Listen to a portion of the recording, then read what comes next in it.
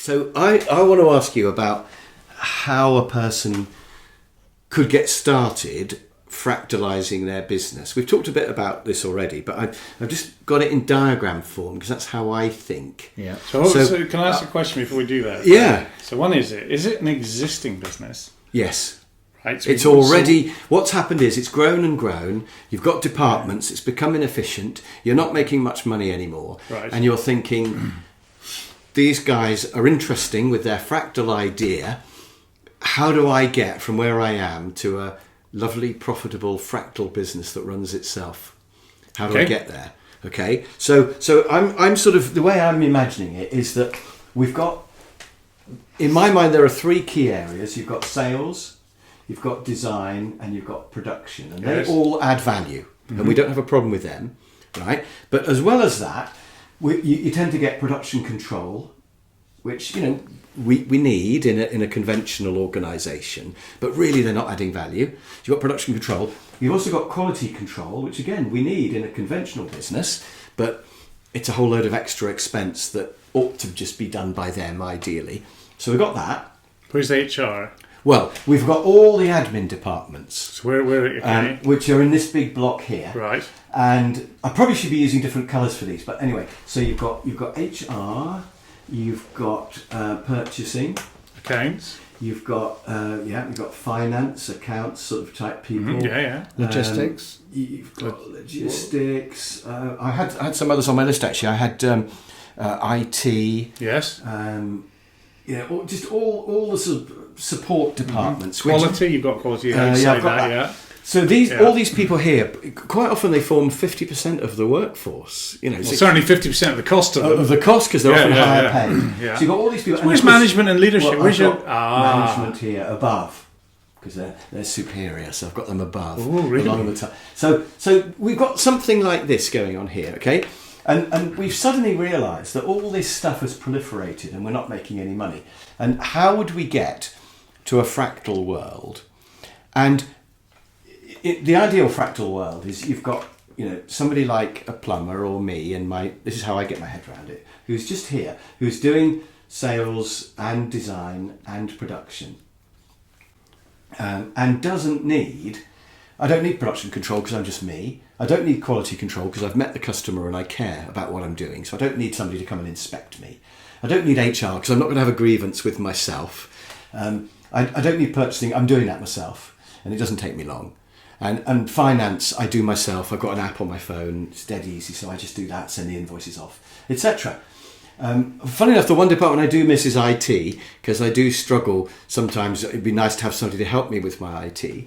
But my IT needs are relatively simple because I'm only me. So I don't need a huge complicated system that, like an ERP system or something that runs all of this, SAP or whatever. And if I could have lots of me, just more of these, then if each of these runs itself and is happy and is motivated and can cope with change and all the benefits we've talked about, I could just have a load of those instead of this. So can I take your pen? And then I could get rid of that. Sorry viewers, but I'm going to block what Chris is doing here and say, so all of this here, yeah,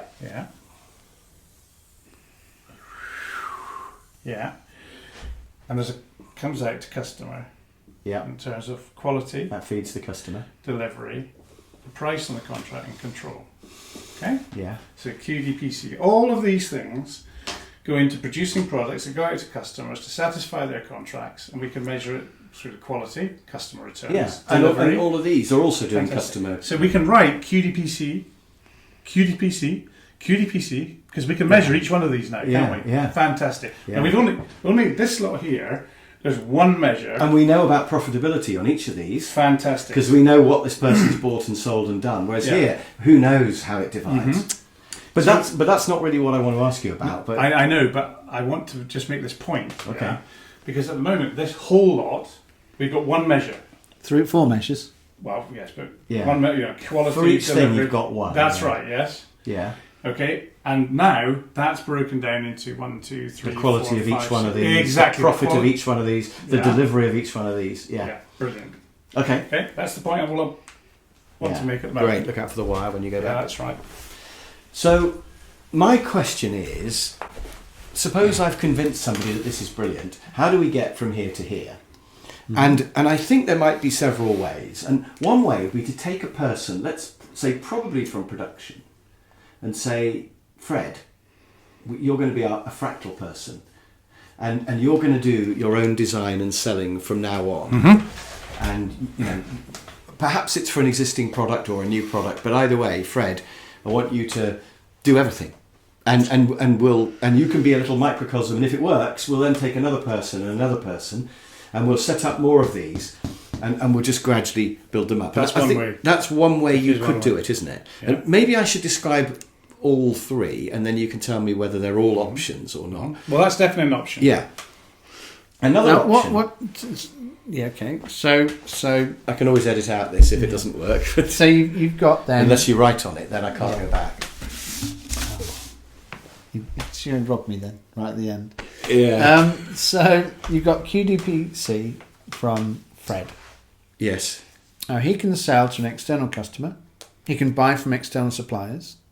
Or he can sell to internal customer. He could sell or buy to them. from an Actually, internal. that's true. That's true. Yeah, very much so. Yeah. And this is or the this important- person could buy from him. And remember what we're doing. It's a fractal organisation. You're trying to say what works out there, and that's trade, versus a hierarchical organisation of command and control.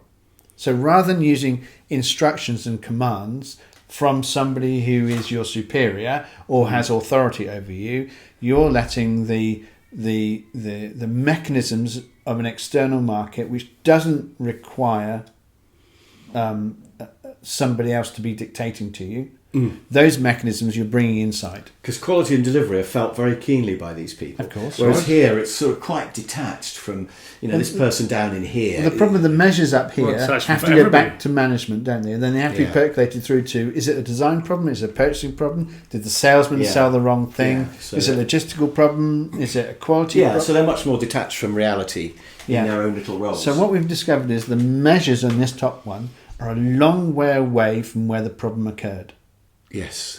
Well, I'm not sure you can even associate. You can even find out if there's a quality problem where it occurred. I'm Well, not and sure. we've already said that cost is so difficult to establish, whereas here, we Right. know what the cost was of that. So in some sense, QDPC measures on this whole organisation a little bit like a symptom of a disease. Yes.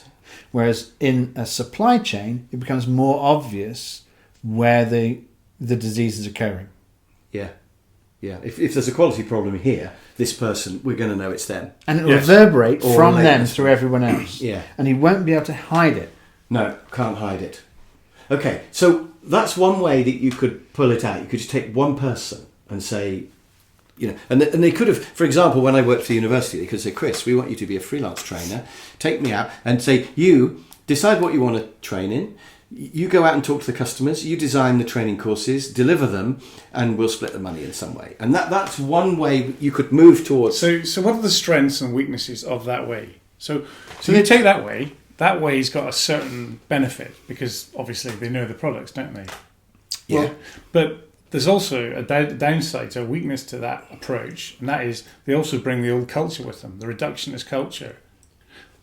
They did come from production. Yeah. But I don't like doing sales and design. Yeah, so you're going to It's come a- out here and I deliberately picked a production person because I thought the salesperson might really struggle to actually deliver it. Whereas the production person I thought perhaps could learn selling. Really? But there is going to be an issue there of learning those things. So there's that. I Yeah. mean that's what happened to me because suddenly I had to go out and do selling. So Yeah. now you, in this example, I'm trying to stretch it to your own personal experience, so this isn't vague. You were made redundant by that big organisation at the top. That's right. And then you were thrown into that. Yeah. Now, how much sales, design, and HR and all those other ancillary things did you have to learn as a result of being made redundant? Well, I've had to learn quite a bit of selling and a fair bit of designing, but I do very little HR and So go on then. finance. But at the time when you were made redundant and you chose to start your own business, how much sales, design, and all those other things did you do?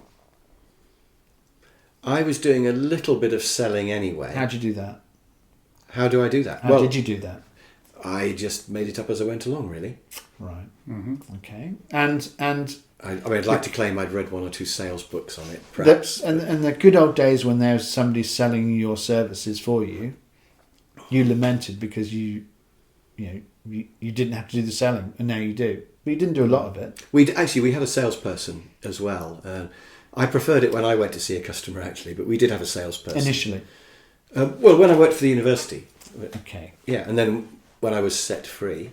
We're all set free from large institutions. But, I get paid 10 times as much now and I have more fun. But nevertheless... So it was brilliant being set free.